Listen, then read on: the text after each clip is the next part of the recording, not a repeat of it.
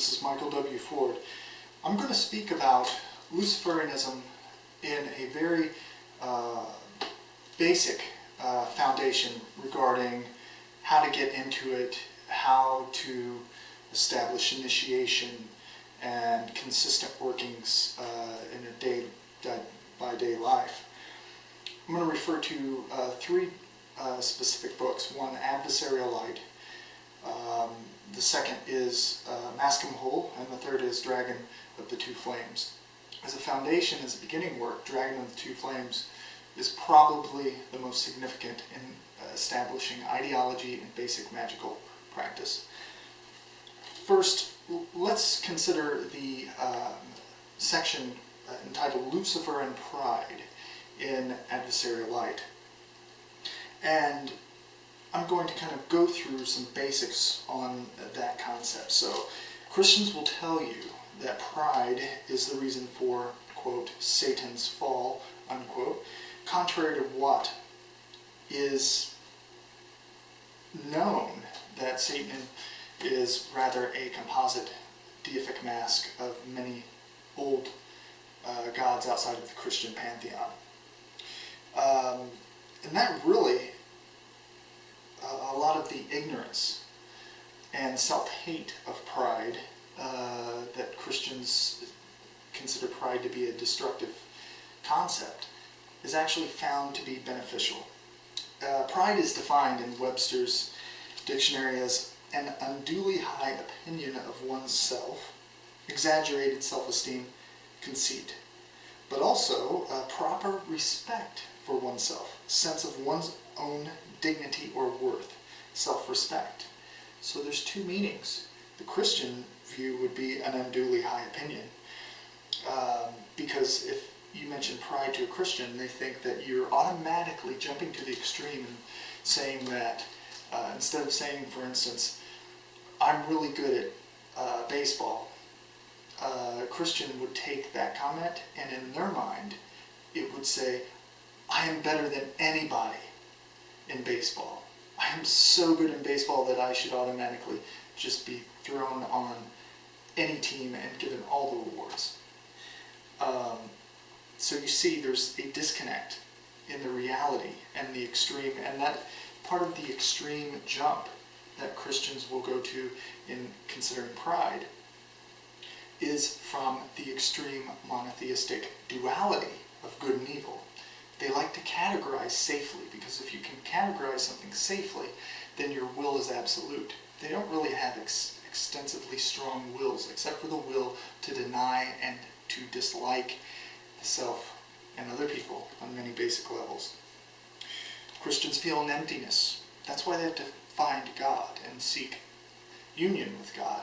Luciferians establish early on that you don't have to have that emptiness, and that a spirituality, even if you're atheistic, is possible because it's experience in the self and identification of your deific mask or gods within your own self.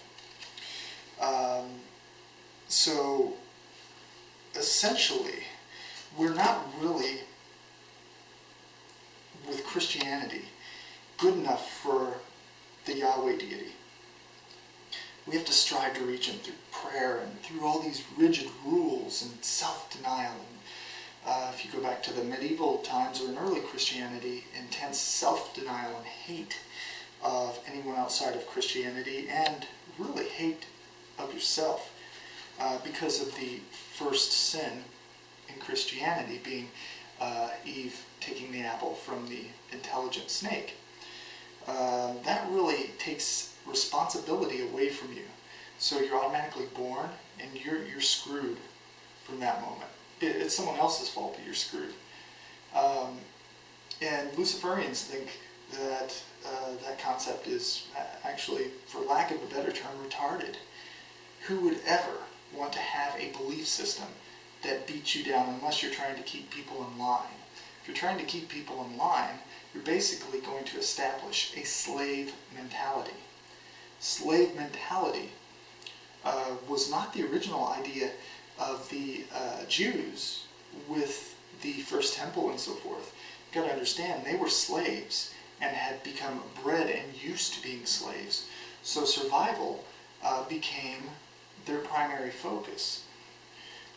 They also did not want, the priesthood did not want the Jewish tribal people to commingle with the Moabites and all of the various outside of the Jewish temple and tribe faith. So they created some rigid structures that you can't do this. Yahweh says you don't do this, and so forth. It's not applicable today. Christians have no excuse.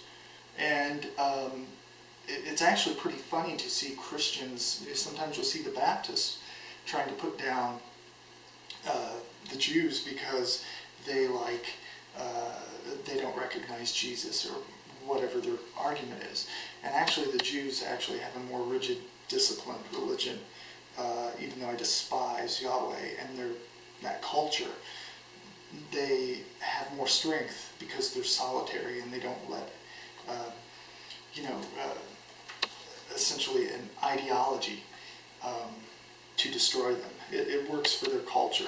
Luciferians think Christianity is a plague because it is. It's beat you down from birth to where you have a guilt complex, even if you try to get away from it later in life, because then you fear death, right? What's going to happen to me when I die? Luciferians have to understand you have to break down duality. How do you break down good and evil? You can look in a moralistic sense, but morals are opinions. And Luciferians have to consider that if first and foremost you're selfish, but being selfish is something everyone does, whether they know it or not. If you have a significant other or children, you like to see them happy because it makes you happy. So it's good for you, good for them. And that's how Luciferians kind of look at the world. Good for you, good for them. And if it's just good for you and it hurts them, then you don't want to do that because you have a foundation of order in your life so things flow correctly. And as things flow correctly and as your will is set forth, over time, things start happening well for you in that process. It's very easy once you get it going. So understanding that is very important. The concept of the adversary is very important also in Luciferianism, because we have to establish what is that and how is it useful. The Luciferian path is derived from the concept of the adversary, who is a cosmic power of rebellion, darkness, and chaos.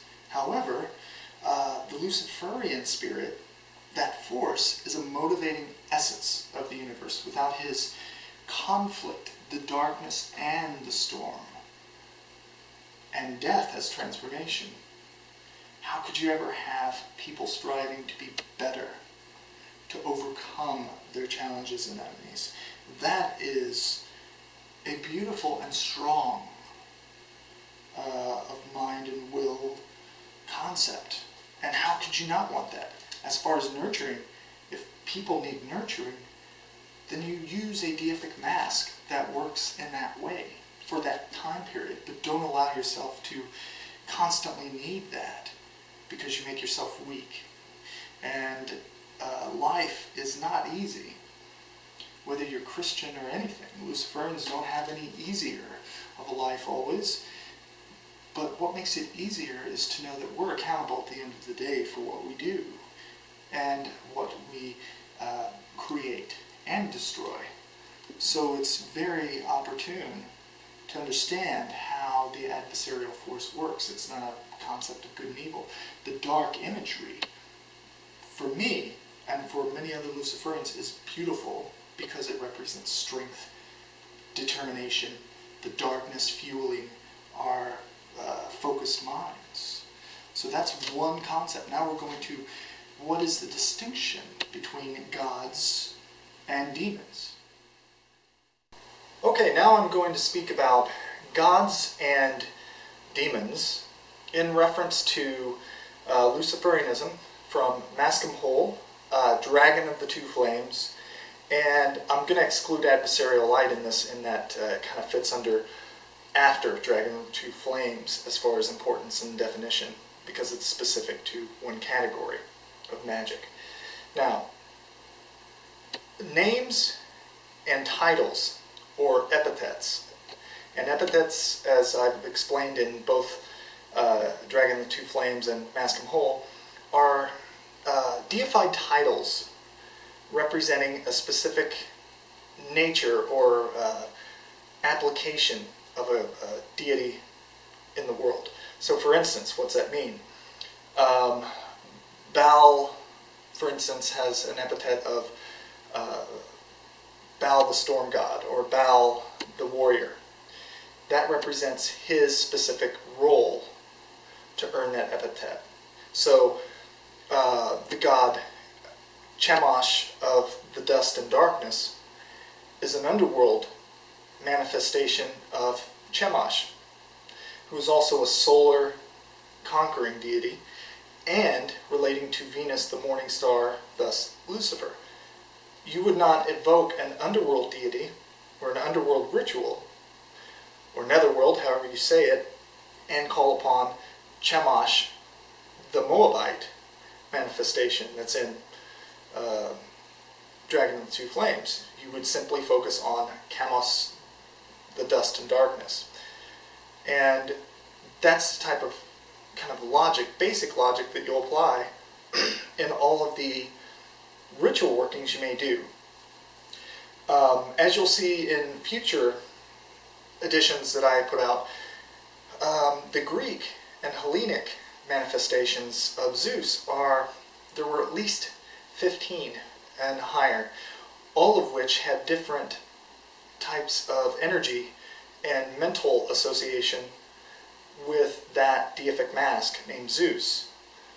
And each are different. Some are dark, some are destructive, some are creative.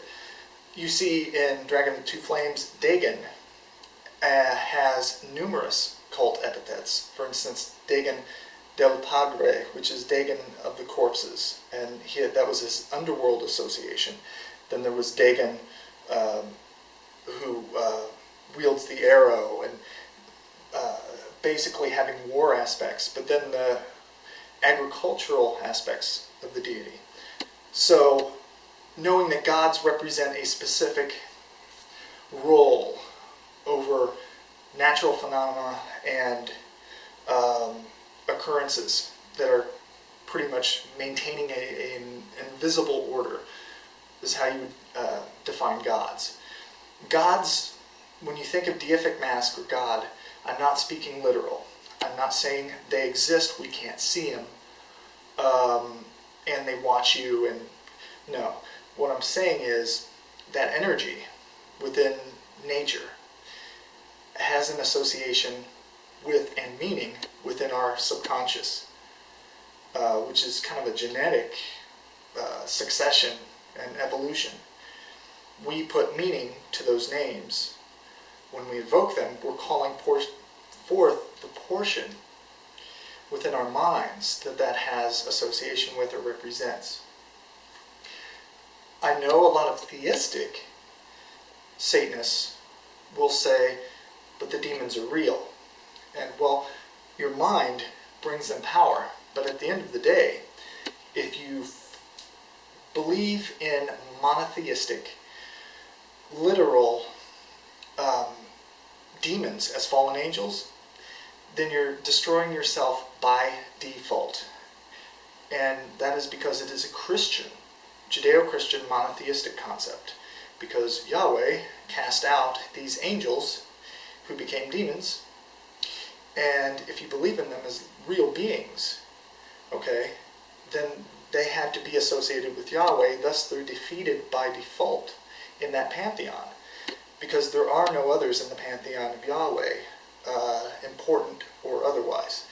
So, working with the satanic imagery that you'll find in my grimoires, the energies you tap into are quite real and quite subjectively able to experience, but it'll be different.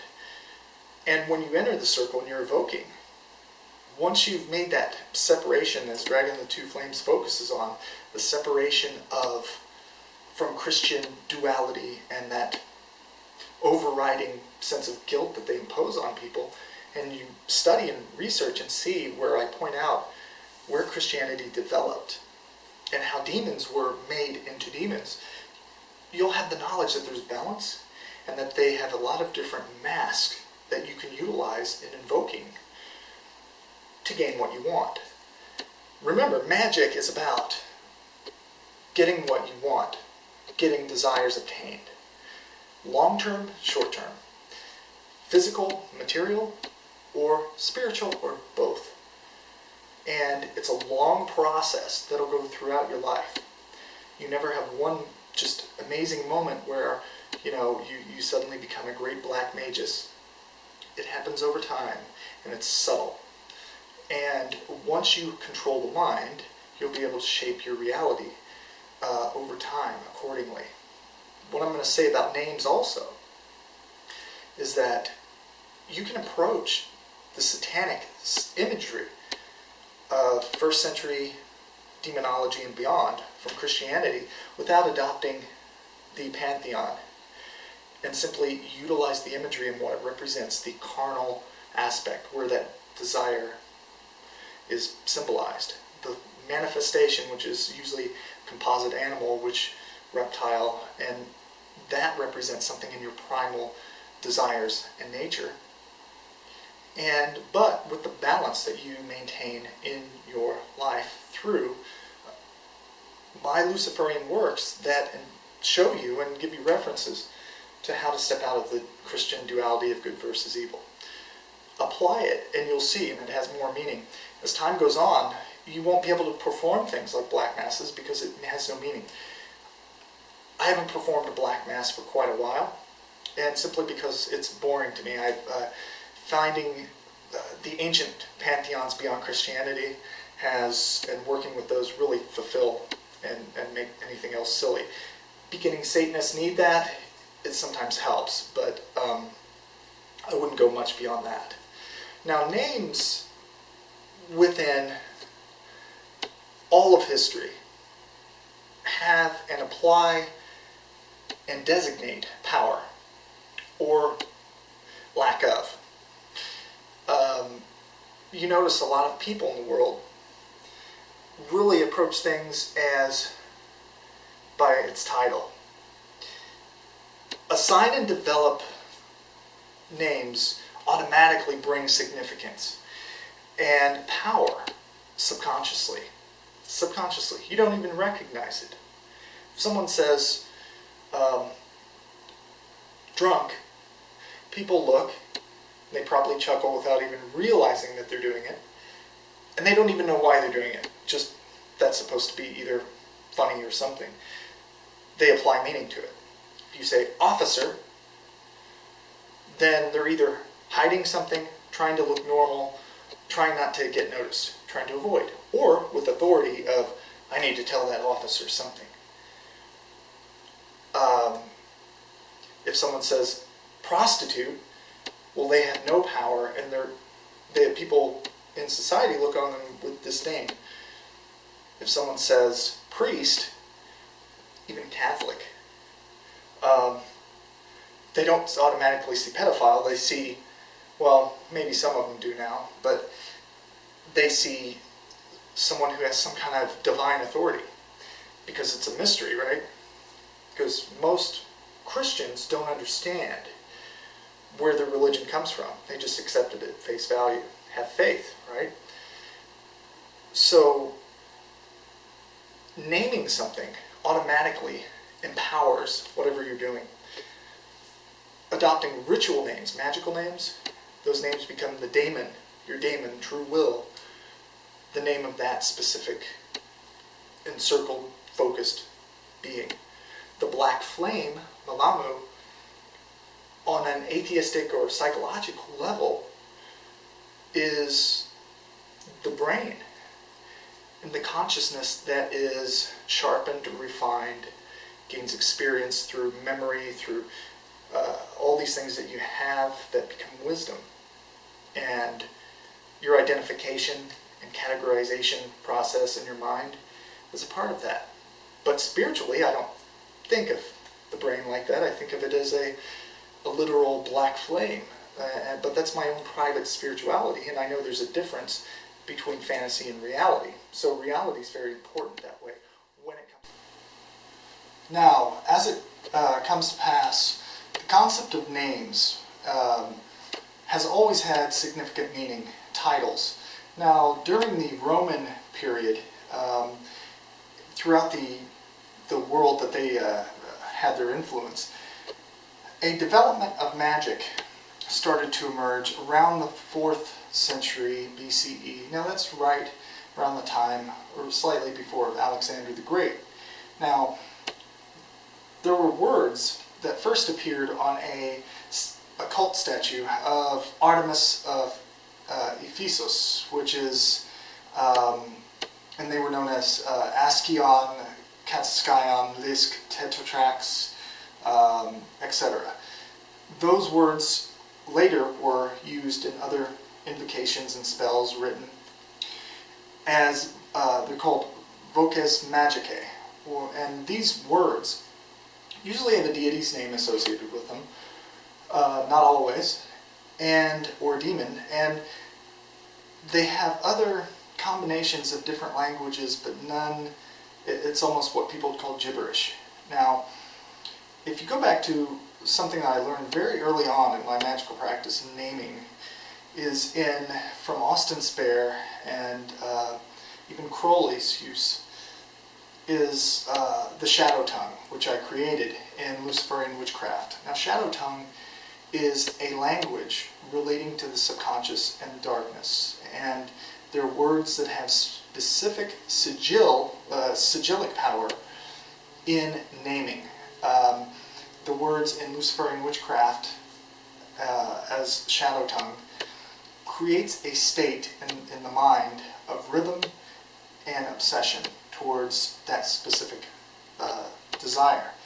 Powerful sounds were considered to be secret names of deities invoked in spells. They have meaning. Even the Christian Clement of Alexandria said that human language was not appropriate in addressing higher gods or beings, and that they understood the language, the shadow tongue as I call it. Now, that's true in the sense that, the subconscious understands. I'm not speaking literal. Compelling of a god in theurgy uses voces magicae. Now, in the concept of daemonium, your daemon, removing all of the mystical hindrances that you can have, such as the myth of higher knowledge. There is no God but the one within you, and the importance that you give that. All of the invocations of the great gods. And I call them great gods because they, all of the ones I've worked with, and I hope to establish Dragon of the Two Flames as a gateway for the old ones, have specific roles in nature and within us, even today. But I will not bow before anything else, because that would be anything less, it would essentially be Christian. Luciferians respect powers, energies, but we understand at the end of the day we're alone and accountable for our actions, deeds, thoughts.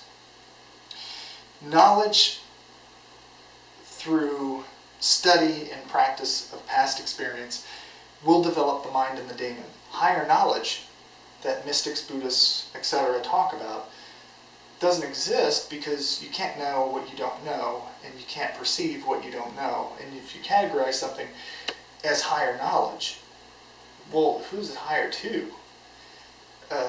The knowledge I have now, some would say I have higher knowledge than many other magicians starting out. My experience would be extensive and is extensive. But I can't impart knowledge upon anyone more than a parent can impart followable advice to the rebellious teenager. It has no meaning to them until the experience is made flesh, or if they have fear, it's not going to make a difference. So understanding how you name something, beginning that thought process, will change your future starting now as you start to do it. So today, instead of, if you have a problem in your life or something you want to change, name it as you wish it to be, and then start to behave that way and act that way.